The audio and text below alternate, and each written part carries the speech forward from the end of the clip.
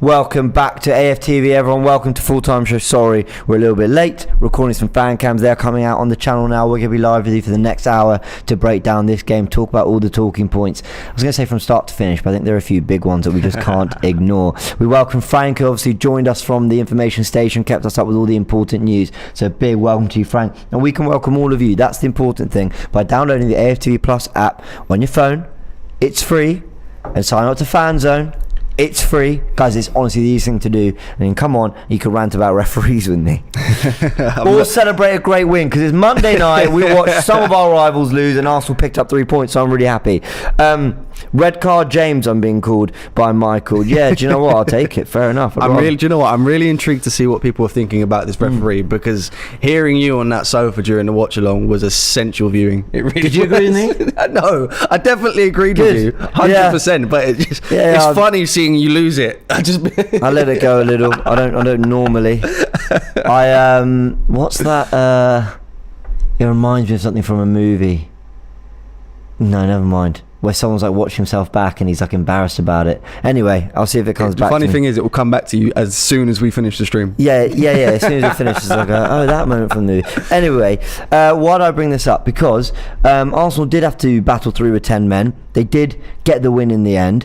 Frank, there's a lot to unpack in sort of 10-15 minutes before we go to the callers. We've got some people like Michael saying, totally agree with you, James. Appreciate that. It was disgusting refereeing, says Olifars. You know what? Let's get a poll going, if we can, in the back end. Let's get a poll going. I want to ask, was it a red card or not?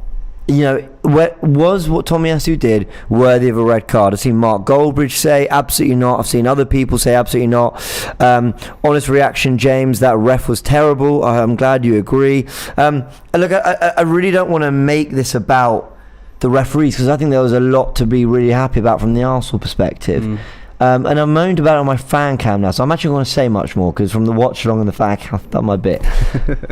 But why, Frank, do we still see decisions that they just don't make sense?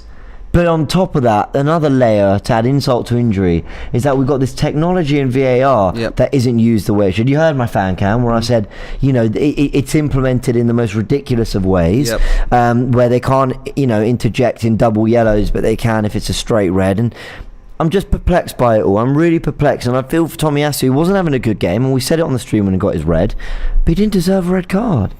He didn't deserve a yellow. Yeah, I agree. He didn't deserve a single yellow, let alone two to get sent off. Maybe the first. Maybe I think Arsenal did time waste, but did he? Maybe Havertz deserved it more. Like you said, maybe the first, but even that is pushing it. I think the stat was, and feel free guys to correct me if I'm wrong in the chat, but I think Arsenal took 23 seconds to take that throw in, and from what I understand, Havertz had the ball for 17 seconds. Yet Tomiyasu is the person that gets the yellow card. Yep. Make of that what you will, but that is shocking behaviour. I'm looking at the average time. How quickly? I'm trying to find how long can you take right now. I was trying to see if there's anything that said how long the average throw in football takes. You touched on, give me the numbers again. 20. I think it was 23. I think it was 23 or 26, and I'm sure Kai Havertz had the ball for 17 seconds. Ultimately, Tomiyasu makes up the rest. Yet Tomiyasu. I counted Tomiyasu as around maybe 10 seconds, maybe a bit more. 7, 8. Well, yeah, maybe around that. Yeah. But ultimately, it shouldn't have. If anyone gets the yellow there, it should have been Kai Havertz, who, ironically enough, end up getting a yellow later on in the game, so also would have been sent off. But ultimately, it's silly officiating, and then that second one is beyond me. The level of officiating in this country is terrible. Yeah. And while VAR is also supposed to be there to help us, it's still those same terrible referees behind VAR. So it's always going to be a flawed system for as long as we have this standard of officiating in this country, and for as long as it runs the way it does. For the way everything, the way from the top down it works, the way that they'll implement rules that absolve them of any more responsibility, I think is a joke. And I just came away from it thinking the rules of football. Sometimes people think when we're moaning, we're just moaning about the referees, like that referee, that man on the spot making that decision. They're human beings. They can make mistakes. And that's what VAR is supposed to be there to help. Exactly it. It's exactly it. They're there to help them. So VAR should be able to go, listen, by the way, Tomiyasu only had the ball 7-8 seconds of that 23 seconds. Yep. So you've given a yellow card, but I think just be considerate about the next. Yeah. You know, make sure it's a stone wall if you are going to give a second. You know, these kind of things. You know, or actually, if you are going to give it... So here's an example, right? They want to get rid of time wasting. How about, instead of the rule is you get a yellow card, because it's all subjective. How can you tell if a player is genuinely struggling to find an option and doesn't want to give the ball away because they're under pressure by their manager not to give the ball away, they're under pressure by the fans not to give the ball away, they need to get it right, they're away from home, they're being screamed at, and maybe they're hesitating, where do I go, what do I do? But how do you know if it's definitely hesitation or if it's definitely time wasting? Wouldn't a better rule be, right, you've taken too long, Palace throw? I don't think that would be a better decision, but ultimately, isn't this whole more extra time thing meant to be as a result of this, the ball being out of play? Yes, the answer is yes. If you time waste, you take 23 seconds, we had 45 on. Exactly. That's the solution to it. Well, maybe not, because then you're adding a lot of time. But ultimately, my point is that this new rule has come into place for this very reason, to increase the amount of time that the ball's on the pitch for. I think the point I want to make to everyone in the comments here is, and 88% have voted in the poll saying that it's not a red card. I think the point I'm trying to make is, let's take it back to that question. Was it a red card for Tomiyasu? My answer is, if you want to argue about whether he had the slightest tug on the track, whether you want to argue about the fact that he did time waste, whatever, look at those two offences and tell me that it is right that culminates in a red card. Is culminates the word? It comes to a red card at the end of it. Absolutely not, and I won't have it any other way. The ref went with that. Okay, now enough moaning about the ref. Let me say, I prefer to do this from winning positions. When you lose, because we don't sound as salty. People go, you're crying, you're salty, you're this, you're that, and I'm sorry. I'd rather get it out of me and let it, because this isn't just today. This is looking at the weekend's actions. And I mentioned my fan cam, McAllister Red, not just us. Romero, Lissandro, Tim Ream. Like, there were a lot of decisions that they got wrong across the weekend that I just think they've had an absolute shocker with. And I wanna bring this up when it's not from a position of we lost, so I'm mad. No, there's more to it. Let's really talk about the positives, because there were positives. Arsenal did go into their shell after they scored. They really went into their shell after going to 10 men. I think we could forgive them because the heart and grit and fight they showed. First half, what did you make of the fact that Arsenal had Palace absolutely camped in their half and created a few chances? Do you reflect on that as a good half of football? That's a very good question, actually. I wouldn't say I was unhappy with the performance in the first half, but it wasn't fantastic at the same time. I don't know if you know what I mean or not. What it is, like, yes, we dominated, like, we had the ball in their half for a majority of that half, but the issue that I had is, I think there was a few times where even Gabriel Martinelli, it went out wide to him and he just wasn't showing any ruthlessness at all. Do you know what I mean? Just have a little bit of, cut inside, go for a shot. There wasn't. He was a bit wasteful. There wasn't a. By the way, I know I'm rudely looking at my laptop and pulling up other comments and stuff. I am listening, but it's like there wasn't that bravery until Eddie Nketiah decided, looking for. Give it to me and I'll make it happen. That's until Rice stepped into those 10 space and went, give it to me, I'll make it happen. Thought then Odegaard and Saka were really trying, but it wasn't quite happening for them. So ultimately, we kind of started to up it and go through the gears. We didn't look a cohesive unit today. No, I agree with that. But ultimately, we've got the 3 points. I said it in my fan cam, to be fair. It reminded me of specific performances last season where we didn't play at our best, but ultimately we've still got the 3 points. And I referred to it many times throughout in the FANZONEs last season. It's champions mentality, being able to get those 3 points when you're not playing at your best. I'm happy ultimately. And I think if you're asking for what the major differences are between this performance and the Forest performance, the answer is probably not many differences. There were positives in both. There was some really good football in both. I think our defending was actually pretty good. I think in terms, if you're talking limiting the opposition to chances, I thought that was good. largely in both games. I thought in transition we weren't totally cut through. Palace had their moments, but largely we were okay because they've got some talented players. Yep. So I don't think there's too much difference, but it's horses for courses, right? So the way I'm evaluating Forest at home is in the same way I'm evaluating Palace away. And with Palace away, I did take a lot of like, I've got much bigger smile on my face because I'm going, well done you boys, clean sheet, and you just gritted and grinded your way through that game. And I liked Arteta. He went to a back five with a midfield three in front. I look forward to talking about that on Tactical Insight. And he just made yeah, absolutely. And he just made changes that helped the players get through that. Where I don't think actually the starting 11 was maximising what our best 11 is. But listen, we come out with 3 points. Absolutely. And the thing is, I think I'm guilty of this as well. I've been very critical of some of Mikel's changes in the recent few weeks and towards the end of last season, but he's definitely got the changes right today, and I think that's one of the primary reasons why we was able to hold on to the lead and get the 3 points. So, you know, credit to Mikel Arteta. Yep, agreed. We're going to take calls in a sec. Let's just go through some super chats as well. 88% of people still on the poll with 1,600 votes. Good result considering we played with 10 men from the start, with 9 men for the last 30. Fantastic result, is that? Do you know what? I've got a feeling that's a dig at Kai Havertz for some reason. I've sensed the negativity surrounding Kai Havertz, so I think that's what that is. And some people saying, you know, Onda says Trossard is simply better footballer than Havertz.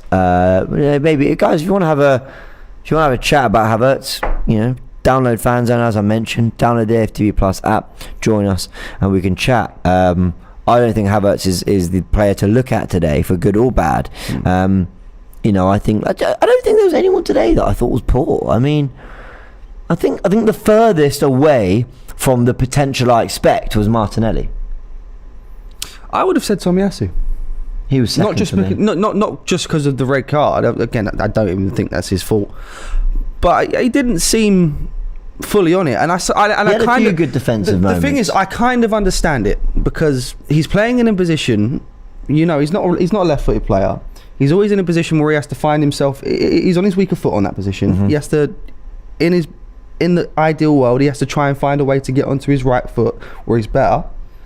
He's immediately on the back foot, but I think he did okay. I don't think there was anyone that played poor today. There was just specific okay performances.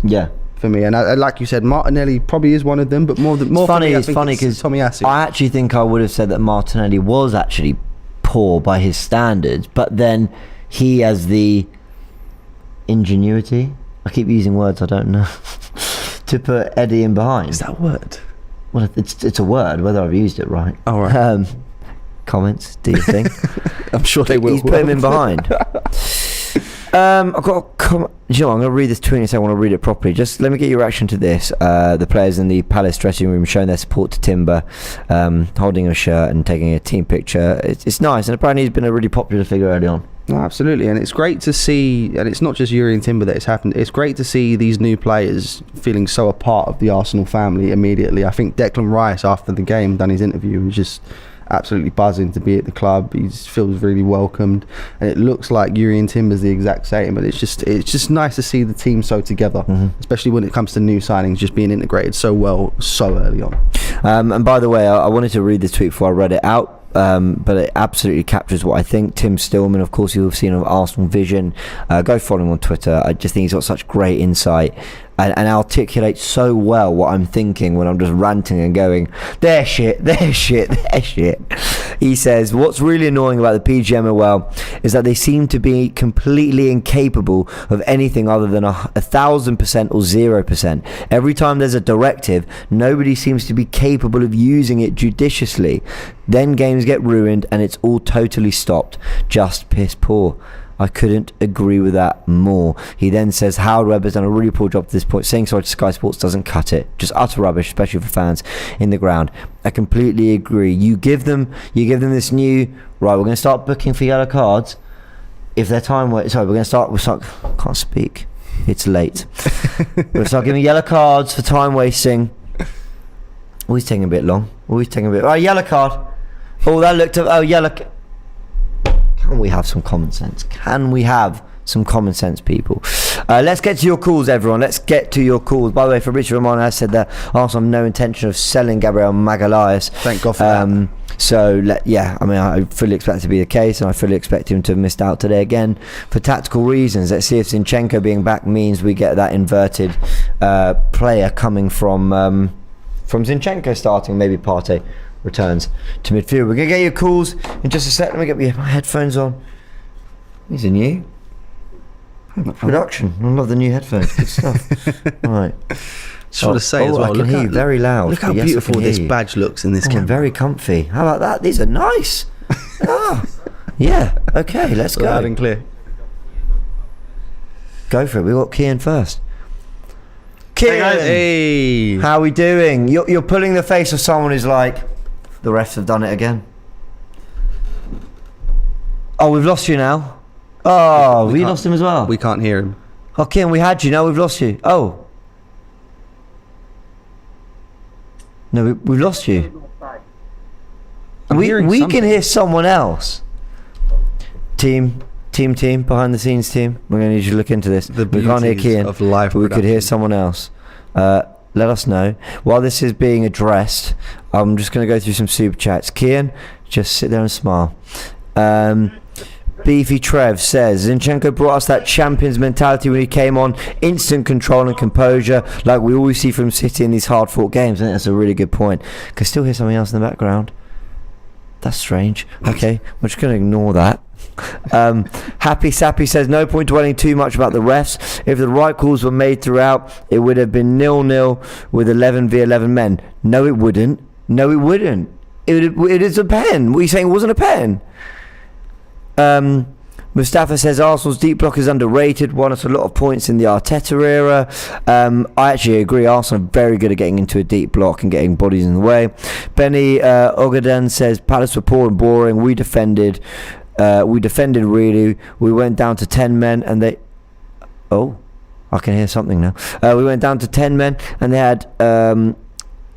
had only one more shot on target. Havertz gave us the flexibility to go down to 10 men and still have a target man. That's very true. Vijay says happy with the win and defending performance, but the current setup has reduced a lot of attacking threat as compared to last year. In fact, rarely remember any underlaps with the current fullbacks. Will be difficult for the next series of games. You know, when we have played with Rice and Partey midfield together, we have seen Rice underlapping Martinelli, and it does look like they could form a little something there. So I'm not too worried about that. I think we just need to get Zinchenko back, guys. I think don't underestimate what it does to one side of the pitch when you completely turned it inside out and you're trying to form new relationships. And I would try to remind everyone, last year against Palace, let's be honest, was it much more comfortable than this? No, there was a lot of defending to do in that game. I remember Ramsey having to make quite a lot of one-on-one saves. I didn't see that today.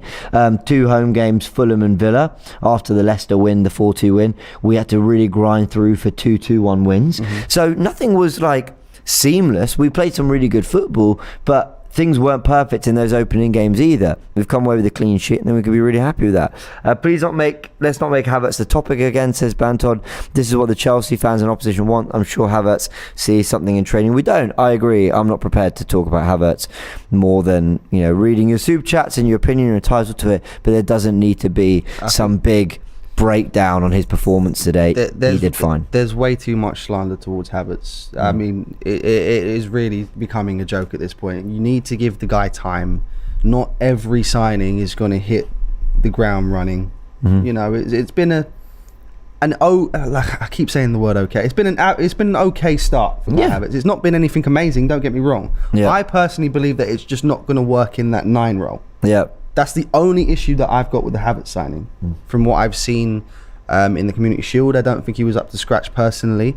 And then towards when he went into that role against Nottingham Forest, I just don't think it worked in that 9 role. But I've got no issue seeing him in this midfield throughout the season. Yep. Just give him time, guys. Give him time. Yeah, I think we need to give him time. I really think he's more of a forward than a midfielder. I think I want to see him in the final areas rather than in build-up, but I think that is the plan ultimately. Interesting stat from Sky Sports. Yeah, take these off. Interesting stat from Sky Sports.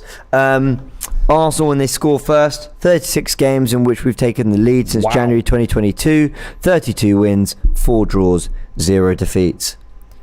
Score first. We'll be fine. If we repeat that over, if we score first in every game this season, we'll win the league. Unbeaten. Invincibles 2.0. I used to pray for times like this.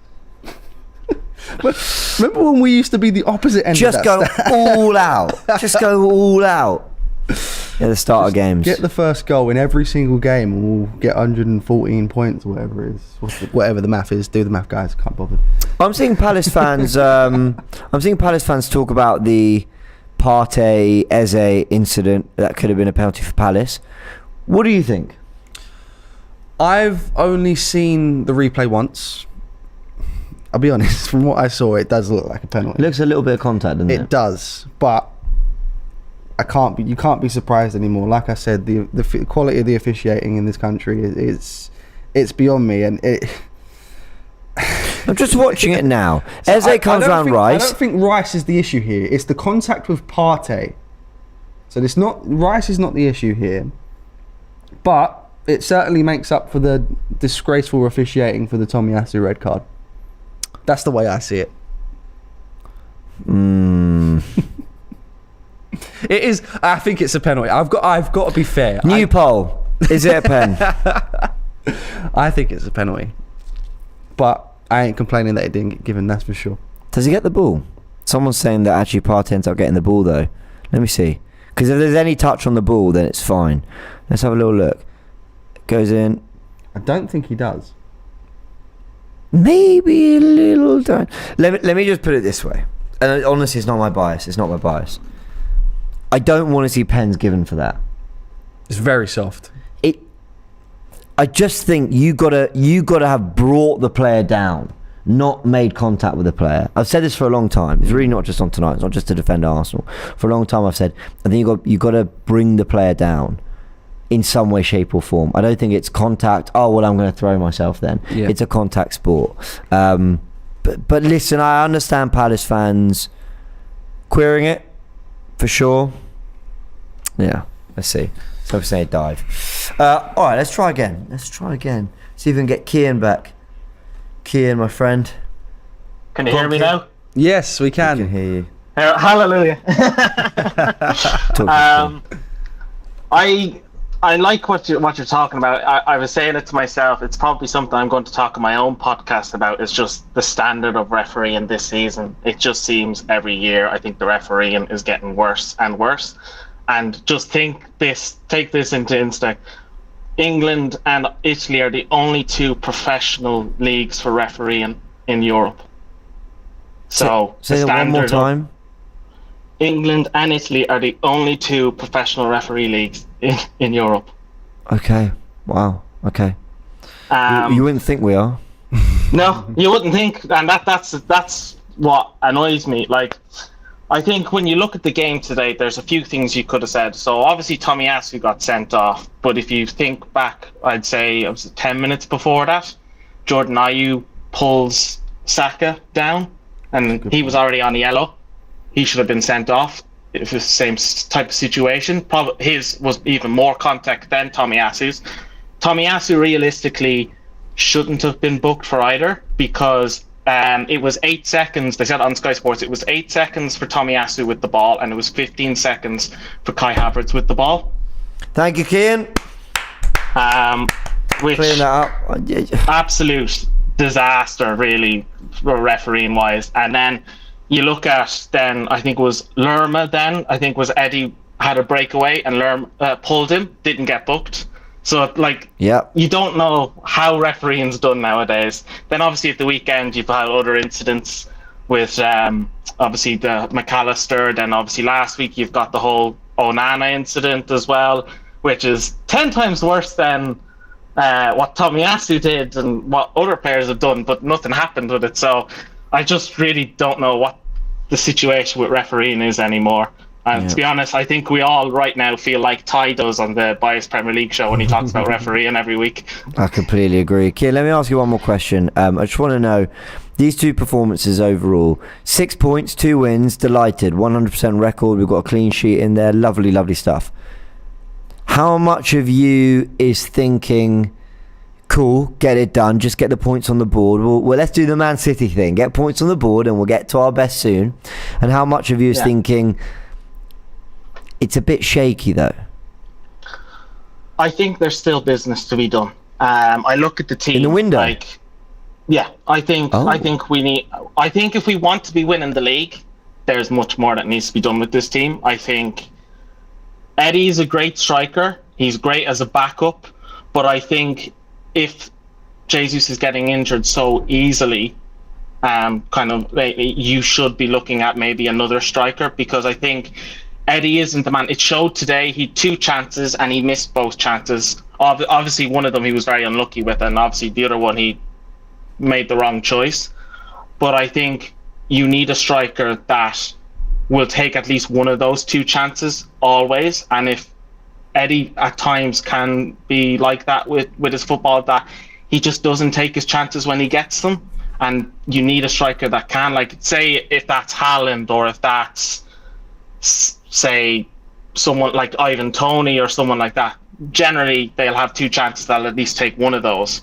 And I think that's what we need, I think, to get that to that next level where we're winning leagues. I do think we'll be up there come end of the season, and I have tipped Arsenal to win the league. I did it on my own podcast as well. I want to back my team no matter what.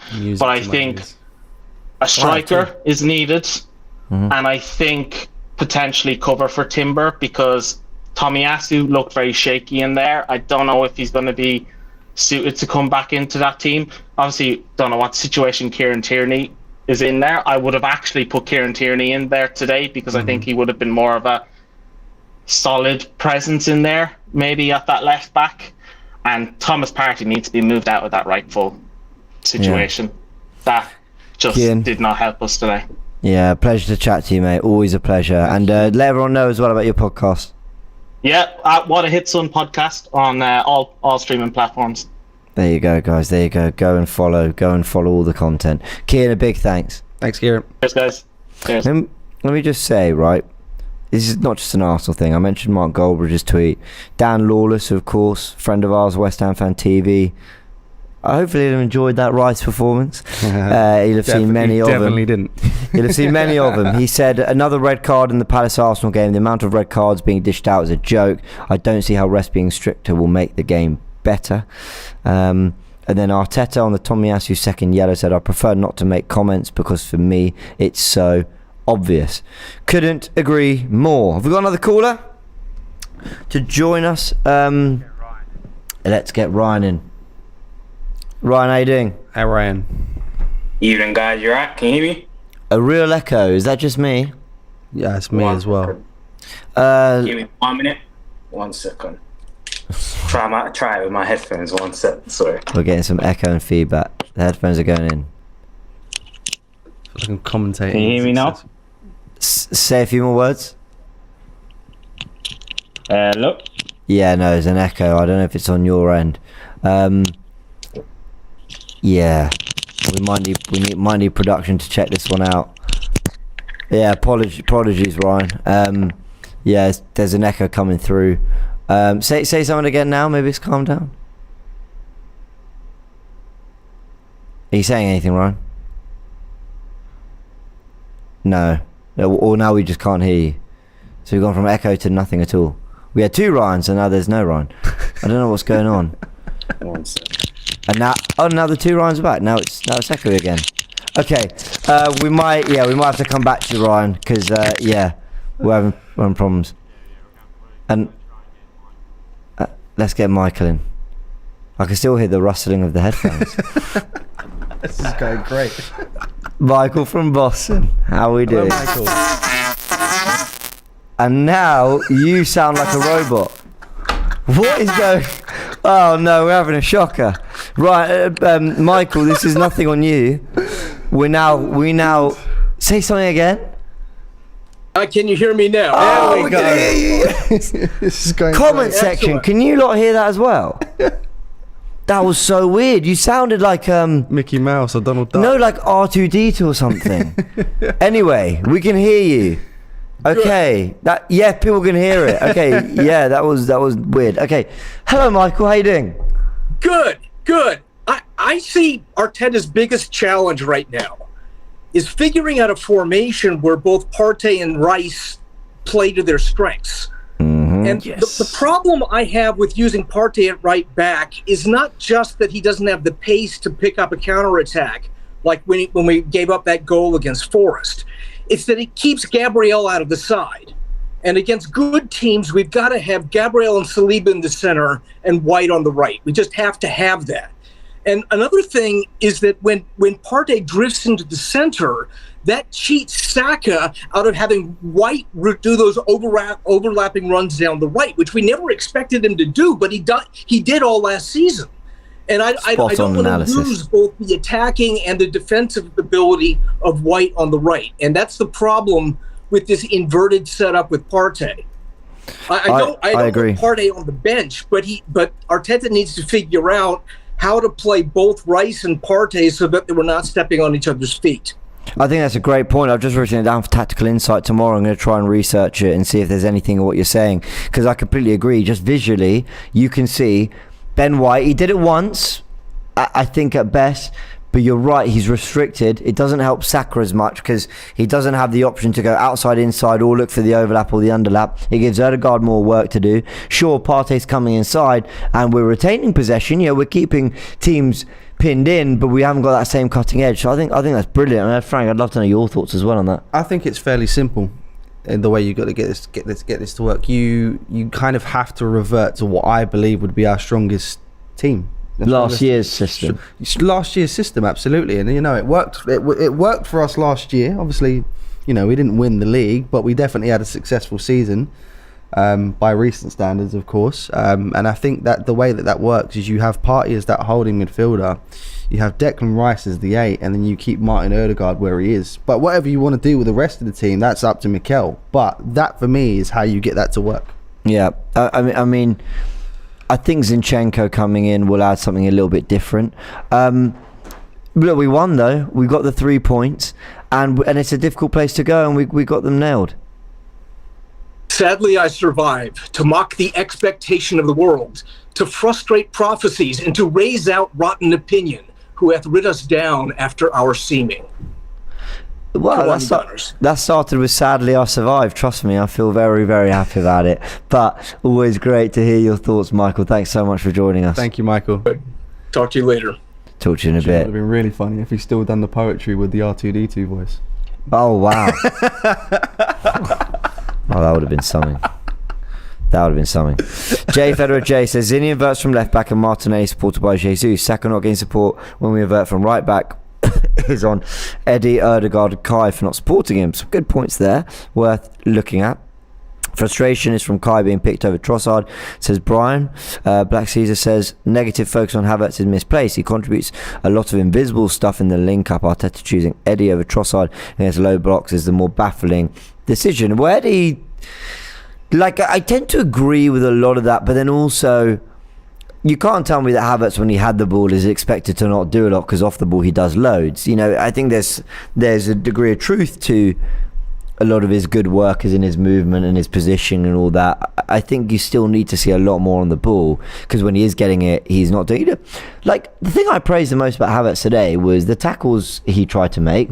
And then the tight space where he opens his body up and sprays it wide to Martinelli, who should get a shot away. He could have an assist in this game, Eddie. No, sorry, Havertz. So, like, ultimately, I'm not sitting there going, yeah, what a great performance, but like, those are the things I'm praising the most. And what are they? On the ball things. They're very visible, clear to see things. You know, and Eddie, on that thing about Trossard, I also wanted Trossard in this game, but Eddie was the one wriggling past defenders, twisting, turning, trying to drive us into the box. So you could argue that he showed more drive than maybe you would have seen from Trossard, but maybe the link up would have been there. You don't know. I think the thing is we won, and Arteta will have to take away the good and the bad from this. You know, Carlos says Trossard needs to play. He puts the Eddie chance in. I think he scores one of them. And then that's it for the super chats. Have a look at some of the comments. Needs striker can put them all. Needs striker can put away those Eddie chances.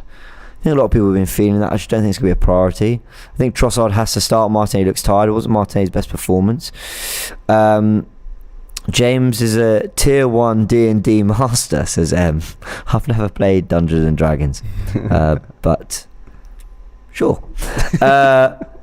Look, why are we criticising players constantly? We should be happy we all won. And then this negativity needs to go. I don't know if you're talking to the comments or to us. I feel very happy. Like, well done Arsenal. Went to Selhurst Park and won. Absolutely. Good. We've been there before where it's not gone out. Yeah. That's for sure. Yeah. But it doesn't. Regardless of how we played, ultimately we've got the 3 points. Yeah. Can't be unhappy. And it's extremely early, 36 games to go, but I'll always enjoy being ahead of Spurs in the table. 2 points on them to make up. 5 points on Chelsea for them to make up. 3 points on Tottenham. That's brilliant. Cool. Start getting a gap in. Let's build some momentum and let's see. But we've got to do the job for that to happen. Do we have any more callers to join us? Let's get Javi. Javi is in. Javi, man, how you doing?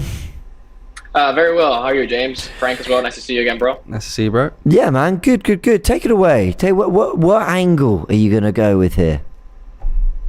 Well, you know what? I want to talk about, that first half. I think that even though we didn't really get the goal, from open play, I kind of do see what Arteta's trying to do. And even though I still believe that with Zinchenko playing in the inverted role, that's going to be the best team for us in the league, I think that we can't really see a Zinchenko when we go up against a Bayern Munich or Real Madrid or Liverpool, when they're going to have some really, really dangerous, wingers exploiting those, wide areas. So I think Arteta is just trying to get these guys to understand this system. And right now, more than anything, is I think just them trying to understand it, because there's a lot of fluidity there, a lot of interchanging. When Ben White goes on the overlap, it's usually Partey who's dropping into a more central position. If it's Martinelli cutting inside and you see Havertz going all the way towards, the wide line, there's a lot of fluidity there, a lot of interchanging. It is the epitome of total football. And these guys, it's going to take them some time to understand. And whatever, at times when we look great, I think you saw that working. Especially, I think there was that one chance with Eddie clear on goal, where you actually saw Odegaard drop in deep or go out wide actually, and then that allowed Declan Rice to push all the way up on the underlap and sort of get into the box with then Partey covering and Ben White tucking inside. So you just see this constant interchanging. But again, those relationships and that chemistry, especially on the left-hand side between Havertz and Martinelli, it's going to take time. But I'm confident it'll pay dividends. Yeah, I think that's a fantastic analysis on, how Arteta is looking to get this team to play, and we definitely saw moments of it. I saw in the second half for the red card, I saw moments where Partey was the central centre-back and White had pulled out wide, and again, it was everyone in their positions moving and understanding, and the reason he dropped in was not only because White was wide, but Saliba was to his left and Tomiyasu was holding the width. So, you were kind of looking at it going, yeah, like they all understand if he's here. It's like they have a constant map in their head, and it must be just constantly drilled into them, Frank, mustn't it? Just like, okay, this is what the pitch and the players around me should always look like. So if it doesn't, why? And where do I need to move to address it? Is it me or is someone else not doing their job? And I think this is why you see so many players that we think are good players not make it at Arsenal, and you go, but they're good. He's a good tackler, he's got a good cross, and he's a good defender, whether it be Kieran Tierney, Aubameyang scores goals, and whatever it might be, it's, yeah, but are they understanding what the whole team needs in terms of a system and a shape? And Arteta seems to value the system over anything else. Forget that Trossard scored a load of goals in friendlies and pre-season. Eddie is what I need for this. And I think we as fans are taking a long time, but we are getting used to that slowly. Yeah, and it's normal because we're used to seeing this team just know exactly what to do, and we're flying high. But I was in that first half, I was more so fascinated by just seeing everything, because one thing that I really saw today that we didn't really see as much of last season is how many times did we actually switch the play, a long diagonal, or from winger to winger or fullback to winger, being able to get, overloaded on one side and biting the mid and then switching the play and then going up, 20, 30 yards and resetting. And now you're in their defensive third and you're passing it around there. You're just keeping things congested at all times and you really dominate possession. So is it necessary right now in the league? No. But I'd rather us try to learn and have to put up with some of the growing pains now, because when we get to Champions League football and we go against some of these very tricky wingers, I think you're going to need that more of a defensive side. Even Guardiola himself, when they asked him right after he won the Champions League, they said, what was the difference between this City side and the others? And James, you and I agree. We don't even think that last year's City side was the best City side. I think we both agree the Centurions were much better. But he himself said it. He said, we have 4 center backs who like to defend, and we actually like defending now. And that's coming from one of the most offensive coaches in perhaps the history of the game. So this more, let's say, balanced, fluid, but somewhat more defensive and pragmatic approach, it will pay dividends, especially if we want to compete on all fronts. But Zinchenko will come back into this side, and it will be horses for courses. I agree. I'm hiding my laptop a little bit from both of you. Well, Javi can't see it. Okay, what player was this? 90% pass accuracy, 68 touches, 7 passes into the final third, 1 back possession 4 times, won 3 duels, created a chance, made a tackle, 1 interception, not a single foul all game, and his heat map is like you wouldn't believe. I would say it had to be Rice. It is in fact Declan Rice. What did you make of his performance? What a game from mate. Yeah, mate. Today, just say mate, and I know what you mean. Yeah. Yeah. Today was the first time that I said, I get it. I understand. I get why we brought this guy in. Just colossal. Yeah. And I'm sorry, he can definitely play that Xhaka role. If we want to go back to that old system, he can definitely play that Xhaka role. Yeah. Everything from his movement off the ball to put himself in positions to get the ball from the center backs, to using his body to actually shield it when he wants to drive, to the final pass. And we know he's got a goal in him as well. Just all in all, what a freaking performance. The internet dropped out for just a sec, but we did hear you. Yeah, it was an unbelievable performance. And look, I just think it's great. You know, would we love that scoreboard below me right now to say Palace 0, Arsenal 5? You know, scintillating football. We tore them apart, tick attack. Of course we would. But okay, sometimes life gives you something else, and you got to look at those positives. And what we saw today was Saliba digging in, Gabriel coming off the bench, having a really good impact. Jorginho, I thought, actually worked hard, as did Zinchenko, brings some composure, and Declan Rice stepped up when we really needed it. Even Havertz wasn't shying from a challenge and his heart and the work rate needed in that game. And I just think wasn't pretty, but and you're right. The first half, actually, there was a lot of pretty stuff, but ultimately to get over the line wasn't pretty. But we can take so many other things. Now against Forest and Palace, we've taken different things to what we were hoping to take from it, but it's resulted in 6 points, 2 wins, and hopefully it starts to look a lot more familiar against Fulham. Yeah, and listen, Selhurst Park and James, you and I think we beat on performances more so than perhaps a lot of the people in the comments would like us to. But the best teams in world football have a responsibility not only to win, but to entertain. And that's a reason why, even though Real Madrid won 3 Champions Leagues in a row, everyone still says prime Barcelona when they want to talk about a team that plays scintillating football, because that's what leaves a mark, and that's what allows these teams to become timeless. And it's when we play Nottingham Forest at home that I do expect a good performance, which is why you and I were critical despite winning. But it's these scrappy away performances at Selhurst Park that we want to look at the defensive resilience and the formidability of this team. So when we're at home and we're expected to win, let's focus on performance. But away from home, it's about the result. And I think you and I can understand that. And hopefully some of the guys in the comments will understand that for the season to come. Yeah, I agree. I think the same, Frank. Absolutely. I completely agree. Yeah. Javi, it is always a pleasure.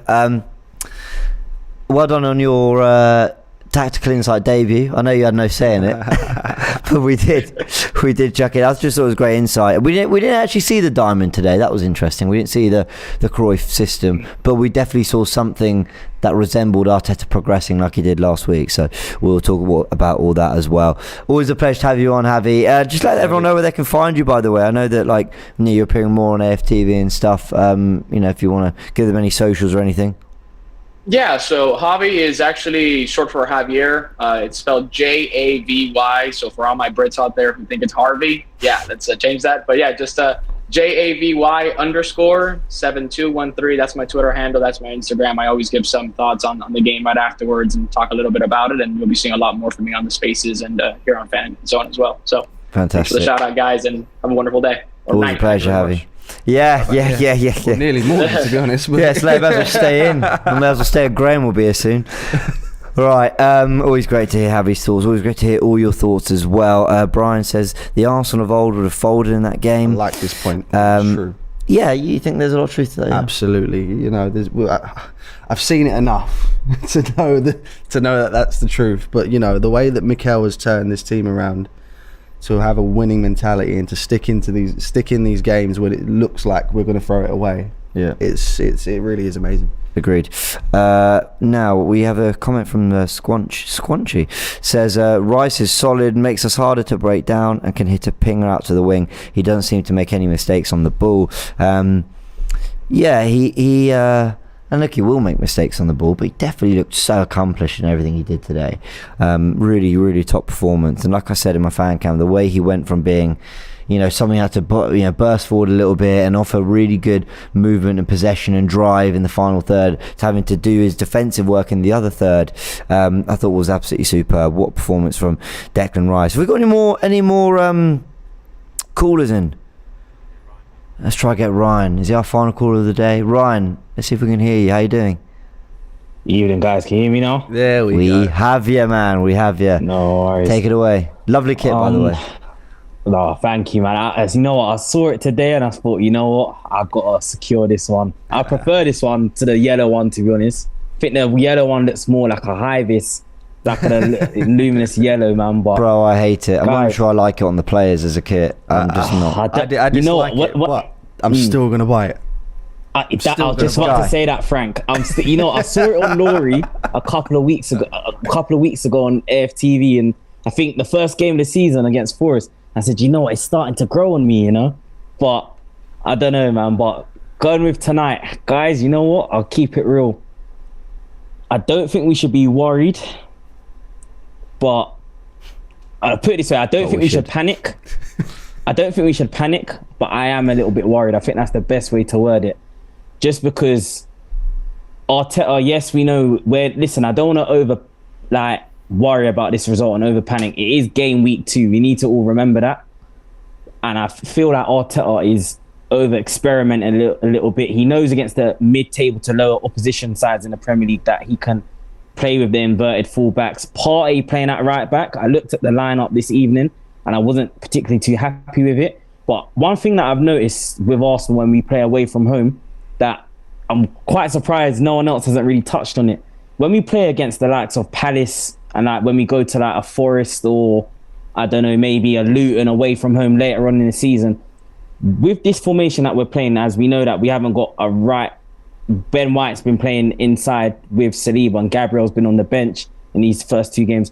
We kind of, when we're in possession, we tuck into a 3-4-3, and then when we're then out of possession, then you see Partey come back out to the right to support Ben White. Ben White will then tuck over to the right. Yeah. And sometimes it kind of leaves Declan Rice exposed, but I thought Declan Rice tonight was exceptional, man. Yeah, you're spot on in your analysis, by the way. I agree. The recoveries that he picked up, the interceptions.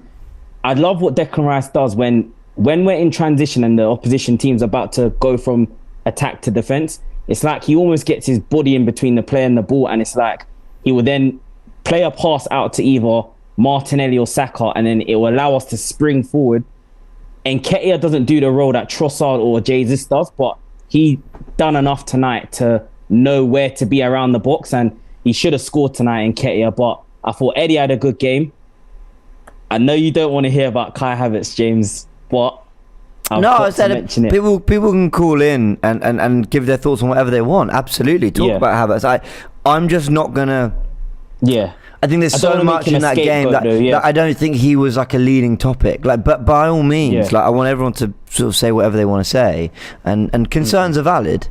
Yeah, I just feel like at times we're playing with 10 men with him, because I just feel like he wasn't particularly massively bad today, but I just don't see what he offers to this Arsenal side. But maybe time will tell with him when we're playing certain opposition teams. I think it's fair to say when we go away to Anfield, the Etihad, even when we play like Man United, any of the top sides, even away at Newcastle, for me, if Jesus isn't fit, it's a lot more fluid in that front three with Saka, Trossard and Martinelli. But I think with today's performance, Crystal Palace away at Selhurst, I'm so glad this fixture's out of the way, you know, guys, because Palace, why do we always play Palace on a Friday or a Monday night? And why is it always an evening game? I have a theory. It's like Sky Sports, the TV companies, they want to see Arsenal lose. Palace's first home game, Selhurst, Arsenal in town. It's it's almost set up for us to lose. It sounds mad, but it's like I don't know. I'm glad that we won today, and these are the sort of performances. You're not going to win 5 or 6-0 every week. It's not going to be all nice and rosy, but these are the sort of performances you look back at the ending of the season and you go, yes, I'm happy that we got that result over the line, because I'm telling you for a fact there's going to be a lot of teams a lot of the top sides that Palace beat this season. But how did you lot? What did you guys think of Tomiyasu's red card? Because for me, I thought Kai Havertz was the one that kind of made Tomiyasu get that yellow card at first. For me, anyway. Have we got to speak about this? I've really made my thoughts clear on it. I think pathetic. Yeah, I think if the ref's gonna book someone, like book Havertz, like but even then, like I'm not sure that's completely fair punishment. I mean, we listed off 2 alternative punishments. You either give the throw to the other team, so if they've taken too long, you go right Palace throw, or if they've or you just simply add the time. Like you blow the whistle, you say right, that's an extra minute. You know, you kind of verbally make a point of it, or something, or treat it like a foul and give a free kick, like a yellow card, like. You know, I don't want to. I don't want 8 seconds. Seconds, I know. I don't want to sound like Ty, you know, because I know what's gonna go out on the bias. I'm Team Premier Ty League tonight, Robbie and etc. But I'm on Team Ty's side completely tonight, because for me, sometimes I feel like the referees have an agenda against Arsenal, and I know it's not just Arsenal. You see it with McAllister's red card, Liverpool versus who did they play this weekend? Mine's gone blank. He got a red card, straight red card. Against Bournemouth. McAllister? That's it, Bournemouth. McAllister against Liverpool versus Bournemouth. And I just think to myself, some of the refereeing decisions right now are just absolutely shocking, man. And when are we going to kind of get this scraped out of our game, man? Like, because you even look at last weekend, Man United and Wolves game, that wasn't a penalty on Onana, cleared him out like it was a WWE move. It's like, how on earth was that not a red card? Like, it's ridiculous. Well, at least a pen. I wasn't even calling red. I was just mean. It was a penalty. You could argue. It was and I've seen so many decisions this weekend. And I've really made my point on that. Ryan, always a pleasure to have you on, man. Excited for Fulham very quickly, yeah? You excited for the Fulham game? Yeah, I'm excited for the Fulham game. Trying to get tickets for the game, Fulham Saturday. Never but easy. I think we'll beat Fulham on Saturday, because I think Arteta, even though I feel like he's gonna possibly still experiment in that game, I still think we'll just be too strong for them. I do want another right-sided signing just in case. I'm just quite concerned with the amount of games Bukayo Saka is going to play this season as well, man. Yeah. And I think bringing in a Kudus, I know we're linked with Ansu Fati from Barcelona. I think if we can bring in someone just to get cover on that right-hand side, I think we'll be all right. I think defensively we're quite covered on a lot of options, but I think we'll beat Fulham on Saturday, James. I hope you're right. Always a pleasure, Ryan. Thank you so much. Cheers, Ryan. No worries. Have a good... Oh, bless him. You're saying have a good. Have a good. See you later. Always a pleasure, Ryan. Always a pleasure. Thanks for calling. Thanks to everyone who has called in via AFTV FANZONE. Do we have any more callers? We do have a couple more super chats. Ibby says, I don't like this system. It doesn't provide us with as many connections, in my opinion. Happy with 2 wins and our work rate. I hate Palace away. Come on, you Gunners. Ibby, I can understand why someone wouldn't like this system. And I think the way to test out if it's going to work going forward is we've got Fulham before we play Manchester United. I think we revert back to the old system against Fulham. Evaluate on what worked better. Either the new system across the game against Palace and Nottingham Forest, or if the new older system works against Fulham.